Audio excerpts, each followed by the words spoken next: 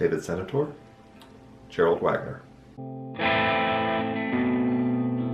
To get into the character of Gerald, I have to sort of slip into another mindset that's different than mine. I envision, since I'm just Gerald's voice, I don't actually have to physically portray him.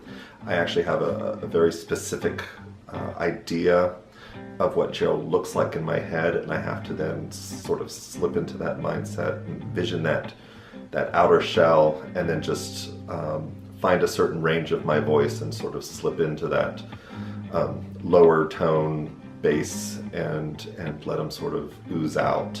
As far as relating to Gerald, the only thing Gerald and I share really is the voice. There is nothing about Gerald in his way of thinking or viewing the world that is similar to my point of view. And I think therein lies the challenge for me in order to give Gerald a voice and to say some of the things that he says honestly and with conviction. I have to, as a performer, believe that Gerald is a decent human being, which means I had to go through the script, both season 1 and season 2, and make a case for his innocence. And luckily the writers did a great job of writing the season in such a way that a lot of what happens is actually unwritten.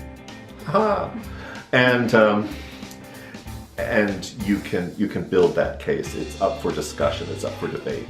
Gerald is motivated by prestige. He wants to make something of himself. He wants to be important. It's all about the shine and the outward appearance. Season 1, the ending really came as a shocker. I was really, as we were going through, we weren't really getting the scripts until they were actually done. We didn't get the whole season at once, and I kept asking, is Gerald going to die the death of 1,000 paper cuts? Is he going to die? And they're like, oh, you'll see. And we got the season 1 ending, and I'm like, holy cracker jacks, Gerald got away with it. And it was like, wow. And I can rationalize it as the fact that Gerald really didn't really do anything.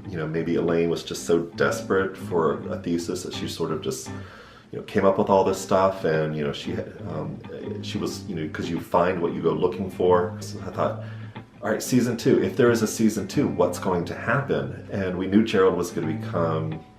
He was named president, so it was like, will he be allowed to be president? And if so, what kind of president will he be? What is Gerald's favorite TV show? Fox News? I don't know.